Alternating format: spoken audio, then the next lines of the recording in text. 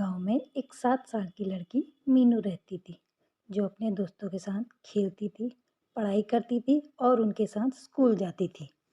मीनू के पिता टीचर थे, जो अपना काम बहुत ईमानदारी से करते थे। मीनू की माता एक गृहिणी थी, जो समझदारी के साथ घर चलाती थी।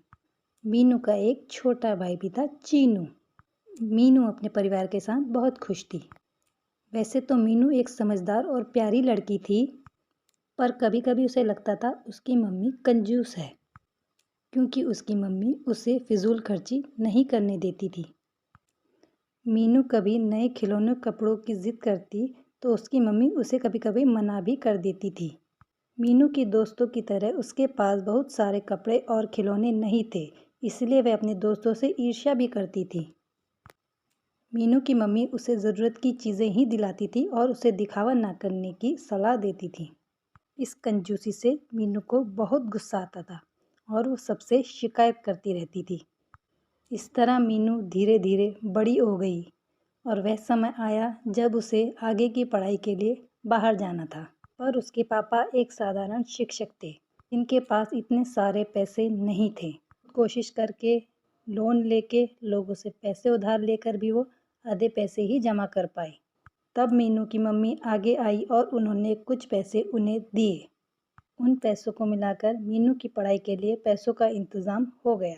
यह देखकर सब हैरान हो गए। जब सब ने पूछा इतने सारे पैसे कहाँ से आए, तो उन्होंने बताया कि ये उनकी बचत के पैसे हैं।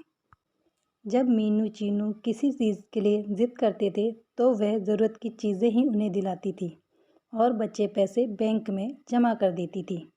इस तरह उन्होंने सब्जी, राशन, कपड़े सभी खर्चों पर नियंत्रण रखकर बचत की, ताकि वक्त आने पर बच्चों के भविष्य में काम आए और उनकी पढ़ाई में कोई रुकावट ना आए।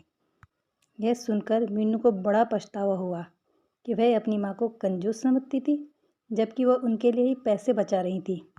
मीनू को बहुत शर्मिंदगी महसूस हुई। उसने अपनी माँ से माफ़ी मांगी, पर माँ का दिल तो बहुत बड़ा होता है। उन्होंने उसकी बात का कभी बुरा ही नहीं माना था और उसे गले से लगा लिया। मीनू की आंखें भर आई। उन्होंने उनसे वादा किया कि वह अच्छे से पढ़ाई करके उनका नाम रोशन करेगी। मीनू को अपनी माता पर बहुत गर्व हुआ। आज मीनू पढ़ लिख कर सफल और आत्मनिर्भर है और एक अच्छे पद पर काम कर रही है। पर वो अपने मम्मी पापा का शुक्रिया अदा करती है, जिन्होंने उसे सादगी के साथ जीवन जीने और धैर्य और मेहनत के साथ आगे बढ़ने की शिक्षा दी। दोस्तों, इस तरह हमें फिजूल खर्ची और दिखावे में न पड़कर सादगी और आत्मविश्वास के साथ आगे बढ़ना चाहिए। वीडियो पसंद